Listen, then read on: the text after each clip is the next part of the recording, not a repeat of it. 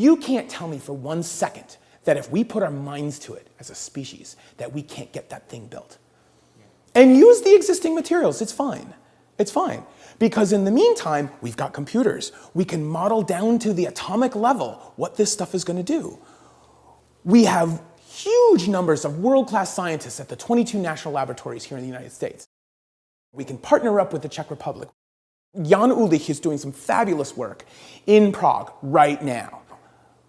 David LeBlanc is doing some outstanding work in Canada right now. Let's do it. We can do it in 5 years, 6 years, without question. With enough money and enough will, we can do it because we definitely have the brain power.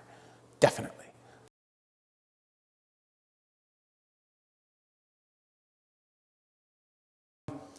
A molten salt reactor, particularly either a uranium or a thorium one. I prefer the thorium one, but it needs a kickstart. It needs a kickstart. And there's this thing called K-effective, whatever. You need enough neutrons around to keep the thing going, the so-called chain reaction. The way the molten salt just kind of works is that it is a very efficient expenditure of that fuel, okay? Because unlike solid fuels, everything's kind of swimming around in a soup. And so you get like fabulous surface area with that. And you get really lousy surface area with a solid fuel. You also get a very incomplete utilization of those solid fuels. And there are very real, very direct technical reasons, which I'm not going to go into as to why. The fact that a molten salt reactor is a liquid means by definition you're going to have extremely efficient expenditure of those nuclear fuels. That's great.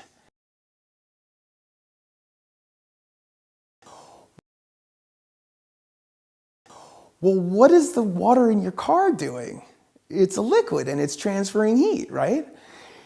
In the example of your car, you want your motor to be operating at as low a temperature as possible because for your motor, heat is a bad thing.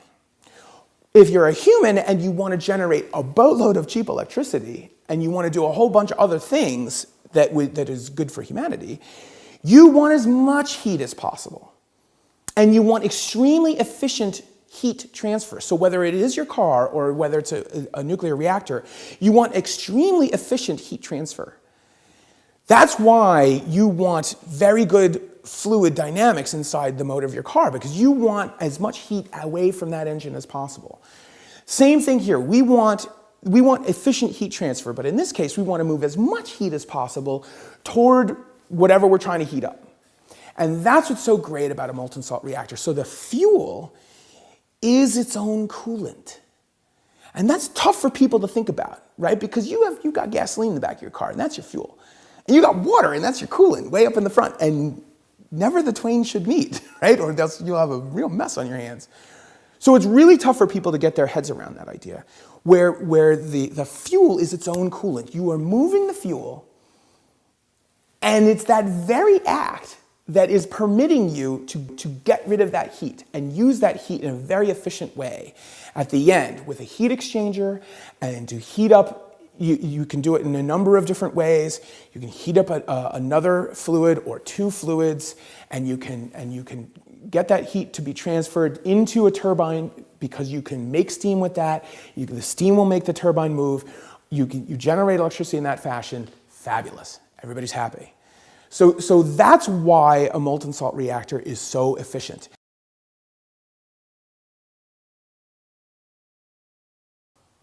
Nuclear waste, as what is historically or classically thought of, basically comes in two forms, okay?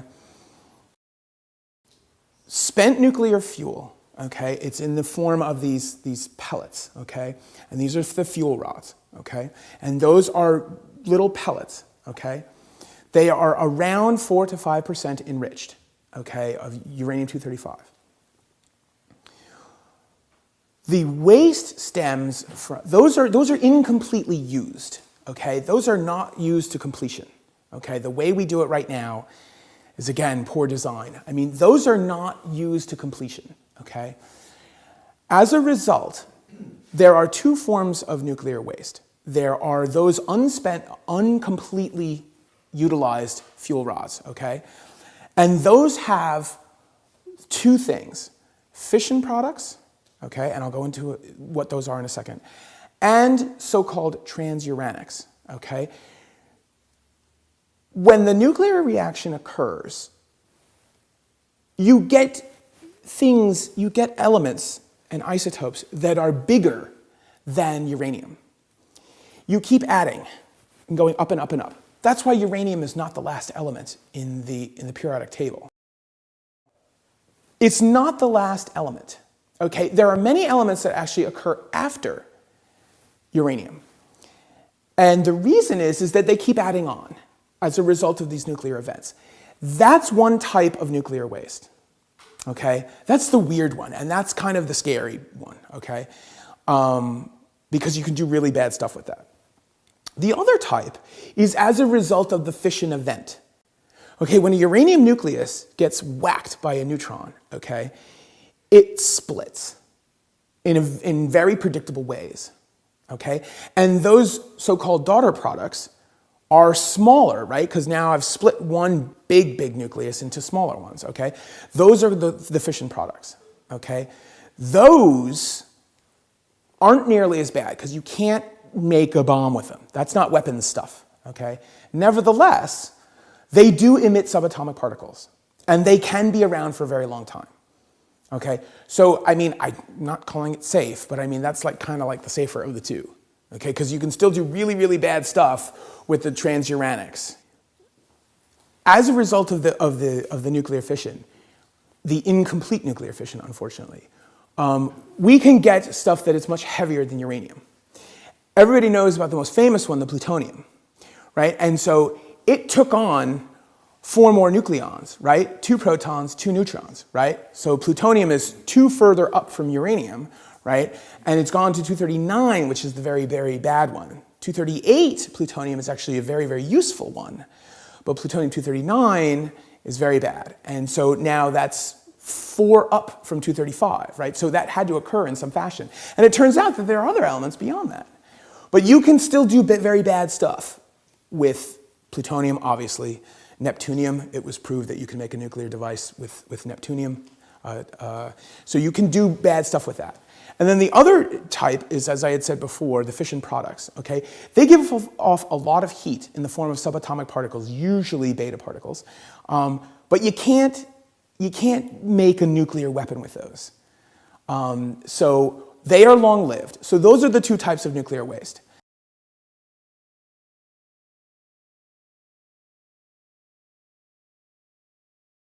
The heat, the fuel is its own coolant. We can expend all of the nuclear waste that we have using a little bit of pretreatment and then throwing it right in, just like a soup. It sounds silly, but that's pretty much what you're doing. There's some technical stuff that goes on and this and that, but I mean, how great would that be to get rid of all that waste? The two types of waste that I had said before, that are plaguing the people of Hanford, Washington right now. Because it's been sitting around and it's getting worse and worse and worse. Because now the tanks are starting to leak. Because they chose single-walled tanks. Why would you do that?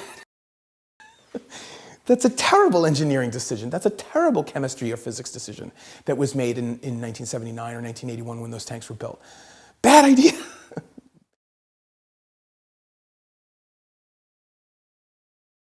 You can burn up. I hate using that word.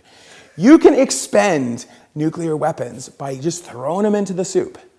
And the reason is that they will get expended, chewed up, very efficiently. There will be very little waste, almost no fissile waste, bad waste at the end. You will get a fair amount of fission products, okay? Of the long rectangle at the bottom of the periodic table, you can go YouTube or Google this, the upper row of the bottom rectangle are the so-called fission products. And those are isotopes, otherwise known as rare earths, but they are the radioactive versions of the rare earths. So that's why a molten salt reactor actually works so much more efficiently. You've got fabulous surface area because it's a liquid. So everything's touching everything else. It's one big soup. And you can get very efficient expenditure of that. And that, combined with the fact that it is a liquid, so it's moving.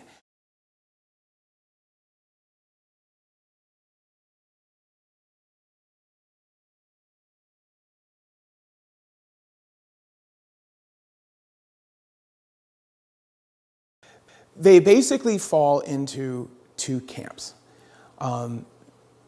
with one little provision. Camp one is a true molten salt reactor where, like I said before, the fluid is both the fuel and the coolant. Zhangmin Hang and his project in China right now is with Westinghouse, and that is where the fuel is still solid and the molten salt is being used merely as the working fluid, merely as the heat transfer medium. Those are the two groups right now. Okay? Per Peterson is also using the same design at Berkeley in concert with MIT and University of Wisconsin-Madison. That is where you use the molten salt as merely the working fluid or the coolant, and you still nevertheless have a solid fuel. Okay? David LeBlanc, basically the leading physicist in Canada, he talks about a true molten salt reactor. Okay? Using a fissile fuel as the molten salt where the fuel is its own coolant. Okay? He prefers to use LEU, low enriched uranium-235. Kirk Sorensen has a design which is called a two-fluid reactor. The inner one is just like a molten salt reactor, okay, where the fuel is its own coolant, okay? But with his design, there is a blanket. And the blanket is, as we had discussed before, it gets a little technical, but as we discussed before, you need a kickstart. You need a kickstart for a thorium-based molten salt reactor. In his design, the outer blanket would serve as the starting point, if you will, because you're breeding the fissile kickstarter in the outer blanket.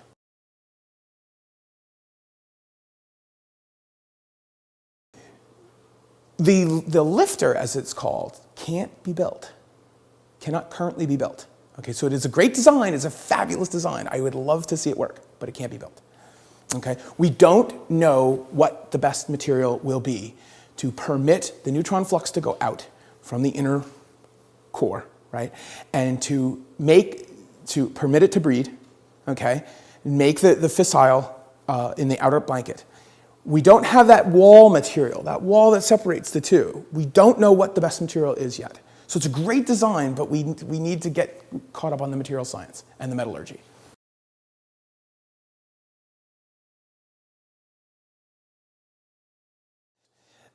That's probably the best way to go.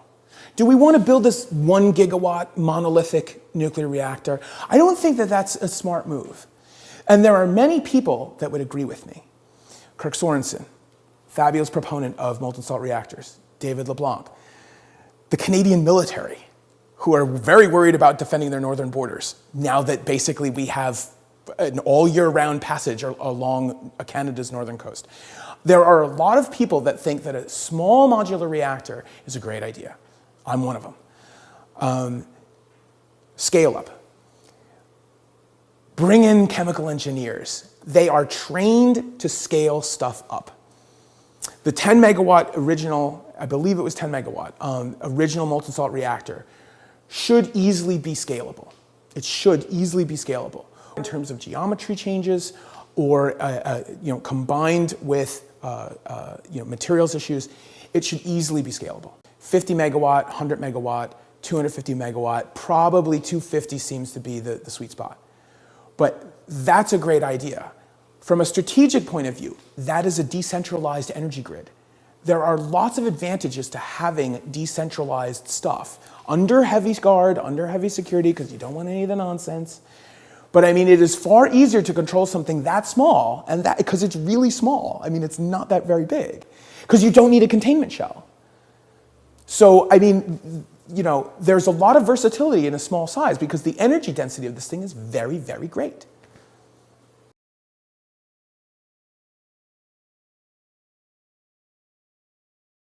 So the operative word is called a calandria. It's a tube within a tube, right? So the inner tube is where the fissile fuel is going, and then the outer tube is the so-called blanket. That's a great design. He patented, I think it's great. But even he doesn't know what that material is going to be. I have what I think would solve those problems. I have several candidates that would actually solve those problems. Candidate materials. So the actual wall, what atoms, what crystals, what molecules could potentially make up that wall that separates the outer and the inner. But it solves the three problems, okay? It solves the neutron problem, it solves the embrittlement problem, and it solves the corrosivity problem. In other words, the caustic environment, right? Permits the neutrons to go through, okay? You don't have to worry about this thing called embrittlement, and it can tolerate the harsh chemical and thermal environment.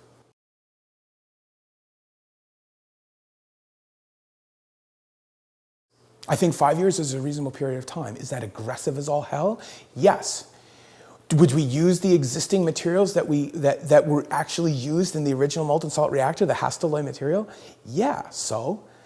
It was run for 20,000 hours straight at over 800 Celsius. That's impressive. They did it without computers. They did it when I was 4 years old. They did it in 1974. They had no computers. They did the whole thing. That to me is unimaginable. That to me is pioneering science. In 1948, the really, really great American chemist Glenn Seaborg discovered the decay chain for thorium. I won't go into the technical issues, but it is a very, very interesting decay chain, starting with thorium and going all the way down in terms of it being fissile events all the way down. That was pretty remarkable. And then with the help of Alvin Weinberg, basically started the molten salt reactor project in 1951 at Oak Ridge National Laboratories. It began in 1951 and went all the way up to somewhere around 1974 or 1976 and went down pretty bad, pretty hard. It is well known that there is excellent expenditure for energy in terms of the molten salt as fissile fuel. And a lot of that had to do with how to contain a molten salt that's at somewhere around 600 Celsius, which is like 1100 Fahrenheit. How to contain something that is basically nuclear events that are occurring, enormous amounts of heat coming off. Oh, and by the way, it's in a ridiculously caustic medium because it is a molten fluorinating salt. Fluoride is at the heart, fluorine, the element, is at the heart of this because they are all salts. As I said, it's a molten salt. And it's a very unique type of chemistry that's going on. But anything at 600 Celsius that has to do with halide salts is pretty nasty stuff. So a lot of what they were focusing on was how to contain this. And there was a lot of excellent research that was done. And there was a lot of very interesting materials that actually arose as a result of all the research that occurred beginning in 1951 and moving all the way forward. So they got up all the way into the MSRE, kept moving and moving and moving, and unfortunately got swallowed up by the political game. Hyman Rickover was the bulldog, and he did a great number of things for the United States. He was an outstanding leader. Unfortunately, he muscled through PWRs, pressurized water reactors. A nuclear reactor is a fabulous power plant in order to get something going, like an aircraft carrier or like a submarine. I mean, it's outstanding, and that was a great move. A lot of scientists just believe, with very, very good scientific reason, not political reason, that he could have chosen a better system.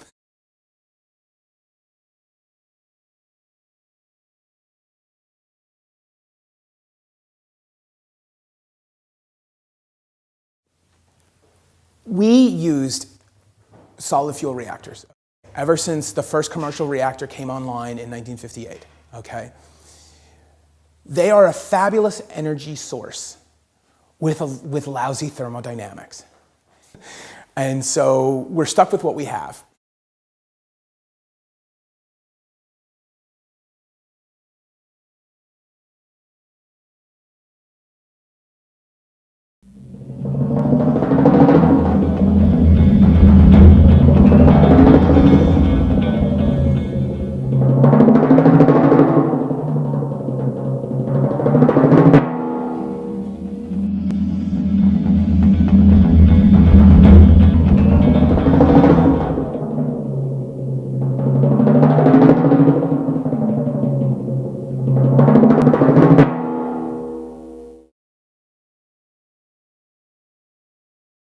We as humans are smart enough to create for ourselves a robust, sustainable, well-diversified, clever energy landscape. That's important, okay? I personally think that nuclear is a fabulous, and a molten salt reactor nuclear platform is a fabulous way of doing it. We just need to become aware, have some sort of critical mass, become aware as a species of what's going on around us. Because as a chemist and scientists in general, we look at the abstract. We understand what's going on an atomic level, or in some cases a subatomic level. But that's really hard to convince a community of humans of stuff that's happening that we can see, that is plain as the nose on my face from a scientific perspective. It's really tough to convince that. It's really, really hard. And then you throw in the prospect of money, and it's much, much harder. That's why people like me, who like the idea of a molten salt reactor platform, I want to do it in a free market manner. I can make it profitable, I can manufacture them profitably, and I can create thousands and thousands of jobs here in the United States as well as abroad, so everybody wins.